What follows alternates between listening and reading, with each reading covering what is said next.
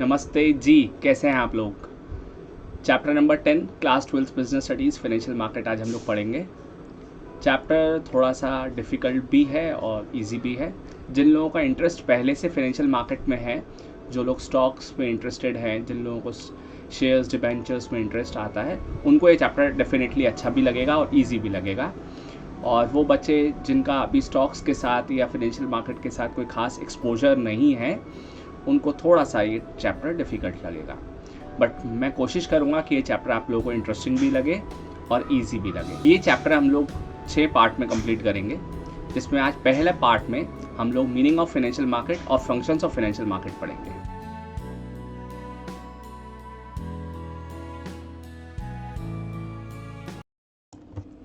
चलिए शुरू करते हैं। Unlock chapter number 10 financial market. तो फाइनेंशियल मार्केट है क्या? फाइनेंशियल मार्केट समझने से पहले हमें मार्केट के बारे में पता चलना चाहिए कि मार्केट क्या होता है। तो हम एक ऑर्डिनरी सेंस में मार्केट को समझें तो मार्केट क्या है? Market is a place which connects buyers and sellers. Alright, एक ऐसी जगह जहां बायर्स और सेलर कनेक्ट होते हैं और conducting buying and selling activity, है ना। ये तो एक ऑर्डिनरी सेंस में मार्केट की डेफिनेशन है, लेकिन यहाँ हम पढ़ने जा रहे हैं फाइनेंशियल मार्केट, तो डेफिनेटली ये कुछ अलग ही होगा। तो फाइनेंशियल मार्केट क्या है? Financial market means a market which connects savers and borrowers. Savers means those people who have surplus funds, वो लोग जिनके पास पैसा है और जो पैसे को इन्वेस्ट करना चाहते हैं, सेव करना चाहते हैं। और बोरोवर्स मीन्स वो इंस्टीट्यूशंस, वो फैक्ट्रीज, वो बिजनेस हाउसेस जिनको पैसों की ज़रूरत है, जिनको हम डेफिसिट यूनिट भी कहते हैं। तो फाइनेंशियल मार्केट एक कनेक्शन बिल्ड करती है सेवर्स इन्वेस्टर्स का डेफिसिट यूनिट्स यानी बोरोवर्स के साथ। यानी यहाँ पर जो बोरोवर्स हैं, वो बोरोवर्स अपनी सिक्योरिटीज़ फाइनेंशियल मार्केट में बेचते हैं, और वो लोग जो फंड्स को इन्वेस्ट करना चाहते हैं, वो लोग जो पैसे को सेव करना चाहते हैं, वो फाइनेंशियल मार्केट में आते हैं, इन सिक्योरिटीज़ को परचेज करते हैं और अपना सरप्लस फंड्स फाइनेंशियल मार्केट के थ्रू कंपनीज में चला जाता है, डेफिसिट्स यूनिट के पास चला जाता है। ठीक है, तो इट इज अ प्लेस और it is a link which connects savers and the borrowers. This is all together financial market. अब देखो एक चीज़ और समझते हैं, यूजुअली हम अपना पैसा कहाँ सेव करते हैं? अगर मैं ब्रॉडर सेंस में बात करूँ तो हम अपना पैसा बैंक में सेव करते हैं, ऑलराइट। और कुछ लोग आज के टाइम पर पैसा इन्वेस्ट करते हैं फाइनेंशियल मार्केट में।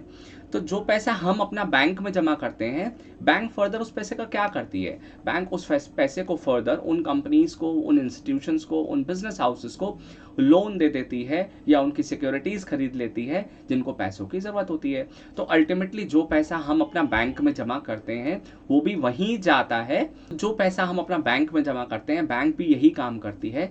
सिमिलरली अगर हम लोग चाहें तो हम लोग डायरेक्ट भी अपना पैसा बिजनेस हाउसेस में, बिजनेस इंस्टीट्यूशंस में उनकी सिक्योरिटीज़ खरीदने में खर्च कर सकते हैं। तो देखो, जैसे एक ऑर्डिनरी मार्केट में गुड्स एंड सर्विसेज बिकती हैं, सिमिलरली फाइनेंशियल मार्केट के अंदर सिक्योरिटीज़ खरीदी और बेची जाती हैं। ये सिक्योरिटीज़ कहलाती हैं बॉन्ड्स, डिबेंचर्स, शेयर्स, ठीक है, और म्यूचुअल फंड्स। यानी फाइनेंशियल मार्केट में बेसिकली ये 4 सिक्योरिटीज़ और इससे ज़्यादा सिक्योरिटीज़ ट्रेड की जाती हैं, बट जो मेन सिक्योरिटीज़ हैं वो शेयर्स, डिबेंचर्स, बॉन्ड्स और shares, debenture, bonds and mutual funds. All right, so after understanding the meaning of financial market, let us understand the functions of financial market. ठीक है, financial market करती क्या है? तो देखिए बुक में 4 आपको फंक्शंस दिखाई दे जाएंगे। तो ठीक है, आई गेस अब तक बुक भी ओपन हो ही चुकी होंगी आपकी। देखो पढ़ना है ना, तो साथ में बुक भी ओपन करके पढ़ा करिए।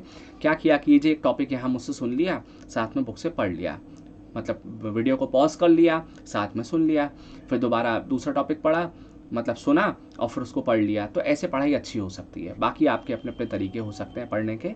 ठीक है, तो हम समझते हैं फंक्शंस ऑफ फाइनेंशियल मार्केट। पहला है फैसिलिटेशंस ऑफ प्राइस डिस्कवरी। तो देखो आप यहाँ ये समझना, किसी भी कमोडिटी के प्राइस हमें कैसे पता चलते हैं। आप कोई गुड्स एंड सर्विसेज डील करते हो, आप कोई गुड्स एंड सर्विसेज बेचते हैं, तो उनके प्राइस आपको कैसे पता चलेंगे? उसके प्राइस को समझने के लिए आपको मार्केट में आना पड़ेगा। मार्केट में उस कमोडिटी के डिमांड एंड सप्लाई के हिसाब से आप उसके प्राइस डिटरमाइन कर सकते हैं। जस्ट इन केस अगर आप कोई सर्विसेज देते हैं तो वो सर्विस के प्राइस क्या होंगे, इसके पीछे बहुत बड़ा फैक्टर है डिमांड एंड सप्लाई। इस पर आपको प्राइस डिसाइड करने में हेल्प मिलेगी। सिमिलरली सिमिलरली किसी भी सिक्योरिटी के प्राइस क्या होने चाहिए, सिक्योरिटी मीन्स मैंने बताया share, debenture, mutual funds and bonds, इनके प्राइस क्या होने चाहिए ये भी हमें फाइनेंशियल मार्केट में आके पता चलता है।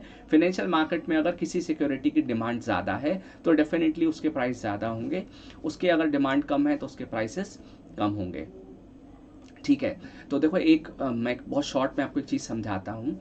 जैसे हम किसी शेयर की बात करते हैं तो कोई भी शेयर की एक तो बुक वैल्यू होती है जिस वैल्यू पर वो एक्चुअल में रजिस्टर्ड होता है, या जो वैल्यू अकाउंट्स में उसके रजिस्टर्ड होती है वो उसकी बुक वैल्यू होती है, और एक होती है उसकी मार्केट वैल्यू वो वैल्यू है जिस वैल्यू पर वो बिकता है। तो बुक वैल्यू और मार्केट वैल्यू में डिफरेंस जो है वो यही है डिमांड और सप्लाई का। जस्ट इन केस अगर एक शेयर की डिमांड बहुत ज़्यादा है मार्केट के अंदर तो वो बुक वैल्यू से ज़्यादा पर बिकेगा, यानी मार्केट वैल्यू पर बिकेगा। सिमिलरली अगर कोई शेयर जिसकी मार्केट में डिमांड नहीं है तो हो सकता है वो बुक वैल्यू से भी कम पर मार्केट के अंदर बिके। तो this is called facilitations of price discovery. ठीक है, second point is mobilisation of saving and channelising them into most productive use. देखिए, जो पैसा हम फाइनेंशियल मार्केट में सेव करते हैं या फाइनेंशियल मार्केट में देते हैं, फाइनेंशियल मार्केट फर्दर इस पैसे को, जो पैसा हम इन्वेस्ट करते हैं, फर्दर इन पैसों को ऐसे बिजनेस हाउसेस को दे देते हैं जिन बिजनेस हाउसेस को उस पैसे की मोस्ट प्रोडक्टिव यूज होती है। देखिए, जो पैसा हमारे घर में आइडल रखा हुआ है वो पैसा किसी भी काम नहीं आ रहा है, लेकिन जब हम ये पैसा फाइनेंशियल मार्केट में जमा कर देते हैं, हम कोई सिक्योरिटी बाय करते हैं, तो ये पैसा कंपनी की उन यूज में लग जाता है जिनकी उन्हें ज़्यादा ज़रूरत होती है। ठीक है, तो मतलब they use our funds into most productive use. Third point is providing liquidity to financial assets. देखो, फाइनेंशियल मार्केट में एक चीज़ बहुत अच्छी है कि यहाँ जितनी भी सिक्योरिटीज़ हैं इनमें लिक्विडिटी बहुत ज़्यादा है। अब लिक्विडिटी बहुत ज़्यादा है का मतलब क्या है कि जो फाइनेंशियल मार्केट है यहाँ पर आप कोई भी सिक्योरिटीज़ खरीदिए, आप उसको बहुत जल्दी बेच कर कैश रियलाइज्ड कर सकते हैं। सिमिलरली अगर आपके पास कैश है, सरप्लस पैसा है, तो आप कभी भी सिक्योरिटीज़ को खरीद सकते हैं। तो यानी फाइनेंशियल मार्केट में you can convert your cash into securities immediately. Similarly, if you need your cash back, you can convert your securities into cash any point of time.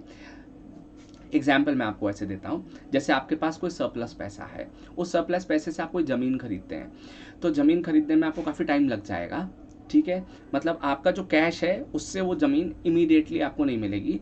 Similarly अगर आपको भविष्य में अपने पैसों की ज़रूरत हो तो आपकी ज़मीन ऐसे ही तुरंत नहीं बिक जाएगी, लेकिन अगर आपने कोई सिक्योरिटी फाइनेंशियल मार्केट से खरीदी है तो आप उसको तुरंत बेच सकते हैं, और अगर आपके पास पैसा है तो तुरंत फाइनेंशियल सिक्योरिटीज़ खरीद सकते हैं। यहाँ पर बहुत लिक्विडिटी रहती है। पॉइंट है reduction the cost of transaction. देखो, फाइनेंशियल मार्केट ना आज के टाइम पर बहुत ईजी हो गया है। आज के टाइम पर फाइनेंशियल मार्केट ना हम लोगों को ऐसी कंप्लीट इन्फॉर्मेशन देती है जिस इन्फॉर्मेशन के थ्रू हम अपनी इन्वेस्टमेंट के डिसीजंस को बहुत जल्दी ले सकते हैं। यानी ये हमें बहुत जल्दी से इन्फॉर्मेशन अवेलेबल करा देती हैं। जस्ट इन केस जैसे 6000 स्टॉक्स इस समय फाइनेंशियल मार्केट में बिकते हैं, यानी 6000 कंपनीज अपने शेयर्स मार्केट में बेचती है। ठीक है, अब आपको अपना पैसा फाइनेंशियल मार्केट में लगाना है तो आप बहुत जल्दी आकर फिल्टर्स के थ्रू पता कर सकते हैं कि आपको एग्जिट किस कंपनी में पैसा लगाना है। तो एग्जाम्पल मैं आपको देता हूँ, जैसे हो सकता है कि 6000 स्टॉक में अब आपको नहीं समझ में आ रहा कि इनमें से किस स्टॉक में पैसा लगाएं। आप फिल्टर लगाइए ऐसी कंपनीज जिनके पास उधार बिल्कुल नहीं है। तो 6000 कंपनी में से मान लीजिए 1000 कंपनी निकल आएंगी जिनके पास उधार बिल्कुल नहीं है। अब आपको देखना है कि इन 6000 कंपनी में से आपको जो पैसा लगाना है वो ऐसी कंपनी में लगाना है जिन्होंने पिछले 5 साल से 10% से ज़्यादा प्रॉफिट कमाया है। तो आप फिर से एक फिल्टर लगा दीजिए कि पिछले 5 साल में 10% से ज़्यादा जिन जिन कंपनीज ने पैसा लगाया है वो आपको मिल जाएंगी। तो यानी यहाँ पर आपको कंप्लीट इन्फॉर्मेशन मिल जाती है। इस इन्फॉर्मेशन की वजह से आपका टाइम कम खर्च होता है। पहला पॉइंट कि टाइम यहाँ बच जाता है। दूसरा, ये लोग आजकल इंटरनेट का इस्तेमाल करते हैं। ये सारी ट्रेडिंग जो है वो इंटरनेट के थ्रू होती है, जिससे कि आपकी कॉस्ट भी कम लगती है। तो देखो, टाइम बचा तो भी पैसा बचा, मतलब time is like a money now a days. Similarly transaction की कॉस्ट भी बहुत कम है क्योंकि ये इंटरनेट का इस्तेमाल करते हैं। तो that is why the point is reduction the cost of transaction. Alright, तो आई गेस आप लोगों को फंक्शंस ऑफ फाइनेंशियल मार्केट यहाँ समझ में आ गए होंगे। नेक्स्ट टॉपिक हम लोग नेक्स्ट पार्ट में कवर करेंगे। तो अगर आपको ये पार्ट समझ में आ गया है तो give me a thumbs up. कोई प्रॉब्लम है तो कमेंट में पूछ लीजिए। मिलते हैं नेक्स्ट वीडियो में।